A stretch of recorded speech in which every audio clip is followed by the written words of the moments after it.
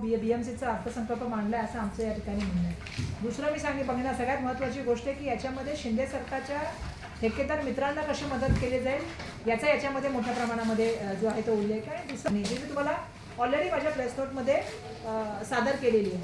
म्हणजे खरं तर मुंबई महानगरपालिकेवर परवासुद्धा मी एक प्रेस कॉन्फरन्स घेतली होती आणि आपल्या सगळ्यांना माहिती आहे की त्यावेळेसुद्धा मी सांगितलं होतं की ज्या तऱ्हेने लोकप्रतिनिधी नसताना जवळपास 1.5 वर्ष आपण बघतो, 3 पावणे 2 वर्ष त्या ठिकाणी आता 2 व्हायला लागले ना की 2 वर्ष चाललेले आहेत की त्या ठिकाणी कुठलाही लोकप्रतिनिधी नाही, नगरसेवक नाही, मुंबई महानगरपालिकेचं इलेक्शन त्या ठिकाणी घेत जात नाही. आणि 2 वर्षापासून हा जो या वर्षी दुसऱ्या वर्षी सुद्धा हा जो अर्थसंकल्प मांडलाय तो प्रशासनाने मांडला. यालाच पहिला तर आमचा विरोध आहे, कारण प्रशासनाचं हे काम नाही आहे. खरं तर स्टँडिंग कमिटी समोर हे गोष्टी घ्यायला पाहिजे होत्या, लोकप्रतिनिधींची मतं ऐकून घ्यायला पाहिजे होती, त्यांच्या मतदारसंघामध्ये काय कामं केली पाहिजेत याबद्दल त्या ठिकाणी चर्चा व्हायला पाहिजे होती. पण दुर्दैवाने असं काहीही होताना दिसलं नाही. या व्यतिरिक्त आपण जर बघितलं तर मुंबई महानगरपालिकेचे जे उत्पन्नाचे नवीन स्रोत जे आहेत, म्हणजे जे त्याच्यातून इन्कम जनरेट होतो ते आता घटत चाललेले आहे. पण जो ते बजेट त्यांनी सादर केलेले आहे त्याच्यामध्ये जवळपास 10.50% ती वाढ केलेली आहे. हे जवळपास 60,000 कोटी रुपयांची त्या ठिकाणी अर्थसंकल्प मांडलेला आहे, जो खरं तर आर्थिक जे आहे ते बेशिस्तीचं दर्शन घडवतोय असं आमचं त्या ठिकाणी म्हणणं आहे. आणि हे सगळे कोट्यावधी रुपयाचे जे प्रकल्प मुंबईसाठी जे प्रभाव पडण्याचं काम करतात ते करत असताना येणाऱ्या लोकसभेच्या निवडणुका यांनाच डोळ्यासमोर घेऊन हा निर्णय घेतलेला आहे असं आमचं त्या ठिकाणी म्हणणं आहे. आज जर बघितलं तर मुंबईच्या विविध प्रकल्पाबद्दल मी नंतर बोलीन, परंतु मुंबई महानगरपालिकेच्या 24 आणि 25साठी जवळपास 59,954 रुपयाची तरतूद केलेली आहे. त्याच्यामध्ये शिक्षणाचे बजेट जे आहे ते 3,167 कोटी, बेस्ट उपक्रमासाठी 928 कोटी, सागरी किनारा रस्ता प्रकल्पासाठी 2,960 कोटी आणि 4 नवीन CBI शाळा सुरू करण्याच्या मोठ्या घोषणा केलेल्या आहेत. पण त्याच्यात महत्त्वाची गोष्ट म्हणजे रस्ते, पाणी, आरोग्य, शिक्षण याच्या मूलभूत गरजांकडे यामुळे आमचं असं म्हणणं आहे की पूर्णपणे दुर्लक्ष केलेलं आहे आणि त्याची मोठ्या प्रमाणामध्ये जरी घोषणा असल्या तरी त्याची अंमलबजावणी होताना तो अभाव आम्हाला त्या ठिकाणी दिसत आहे. या ठिकाणी सादर करणं त्याच्यामुळे असं आहे की मुंबई महानगरपालिकेवर 1.99 लाख कोटी रुपयाची देणी आहे. हे सगळ्यात महत्त्वाचा मुद्दा आहे. खर्च भागवण्यासाठी तब्बल 23,400 कोटी राखीव ठेवलेले आहे. तूट निदर्शनास येऊ नये म्हणून हा आकड्याचा खेळ आहे असं आमचं या ठिकाणी म्हणणं आहे.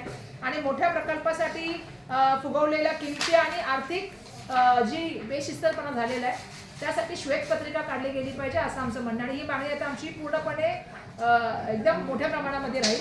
याचं कारण असं की मागील 2 वर्षामध्ये ज्या तऱ्हेने आर्थिक व्यवहार झालेले आहेत, ब्युटिफिकेशनच्या नावाने, फंड देण्याच्या नावाने आणि विविधतेने, त्याचेपणे बेशिस्तपणा आणि असंविधानिक आहे असा आमचा आरोप आहे. आणि त्यामुळे याची श्वेतपत्रिका निघाली पाहिजे ही आमची मागणी आहे. त्या ठिकाणी अजून मला एक गोष्ट सांगायची आहे की मोठ्या प्रमाणामध्ये रस्ते असतील किंवा इतर गोष्टी असतील ते कंत्राट जे आहे ते कोणाला दिलं जातं हे तुम्हाला सगळ्यांना माहिती आहे. ते मित्रमंडळी जे आहेत, मोकळ्या जागा आहेत, त्या मित्रमंडळी देण्याचं काम मोठ्या प्रमाणामध्ये चाललेलं आहे. आणि म्हणून हे ठेकेदारांचं सरकार मित्रमंडळीसाठी काम करणारं सरकार आहे असा सुद्धा आमचं त्या ठिकाणी आरोप आहे. मला सांगायला पाहिजे की 31 डिसेंबर 2023 पर्यंत 33,290 म्हणजे 38% उत्पन्नाच्या अर्थसंकल्पापैकी 19,000 जो आहे 242 कोटी 55 कोटी रुपये जो प्राप्त झाले आहेत. तरी आगामी वर्षभरासाठी उत्पन्नाचा अंदाज अवास्तवपणे वाढ केलेली आहे. म्हणजे ज्या तऱ्हेने तुमचं बजेट दाखवलंय त्याच्यापेक्षाही तुम्ही जर बघितलं तर उत्पन्नाची घट झालेली आहे. आणि त्यामुळे आमचं असं म्हणणं आहे की अंदाजात दाखवलेली ही वाढ जी आहे ती अवास्तव आहे. आणि 23-24चा जर अर्थसंकल्प बघितला तर याच्यापैकी 64% जो आहे तो विकास जो निधी आहे तो वापरच झालेला नाही आहे.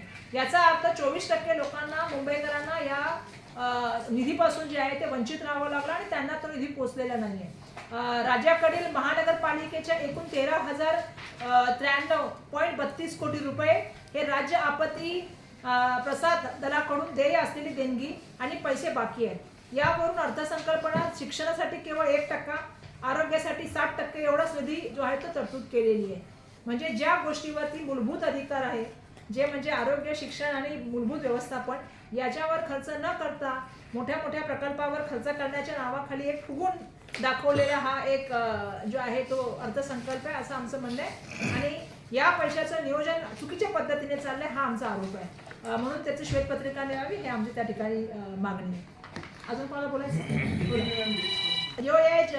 आज मुंबई महानगर पालिका की तरफ से जो अर्थसंकल्प सादर हुआ उसको हम बड़े पैमाने पे उसकी निंदा करते हैं। उसका सबसे बड़ा कारण यह है कि मुंबई महानगर पालिका में आप देख रहे हैं कि लगभग 2 साल से जो है वो वहाँ पे चुनाव नहीं हो रहा है, कोई लोक प्रतिनिधि नहीं है, स्टैंडिंग कमेटी नहीं है, ना कोई सुझाव लेने का काम हो रहा है और ना मुंबईकर को यहाँ पे कॉन्फिडेंस पे लेने का काम हो रहा है। तो कहीं ना कहीं ये मुंबईकर के साथ जो मुझे लगता है धोखा हो रहा है, इसीलिए हम इसको पहले तो आपत्ति जताना चाहते हैं। और ये दूसरी बार ऐसा हुआ है कि प्रशासन ने जो है वो अर्थसंकल्प को रखने का काम किया है, जबकि अर्थसंकल्प मुंबई के रहवासियों का है। और जैसा आपको मालूम है कि जब उत्पन्न के जो स्रोत है वो कम होने के बाद भी हम देखते हैं कि सिर्फ लोकसभा की जो चुनाव आने वाला है उसको देखते हुए 10.50% जो परसेंटेज है उससे ही अर्थसंकल्प बढ़ा के दिखाया है। इसीलिए इसकी जो राशि है वो 60,000 कोटि रुपए की अर्थसंकल्प की राशि जो है वो देने का काम जो किया है, जो बिल्कुल आर्थिक रूप से जो है वो हम समझते हैं कि इनडिसिप्लिनरी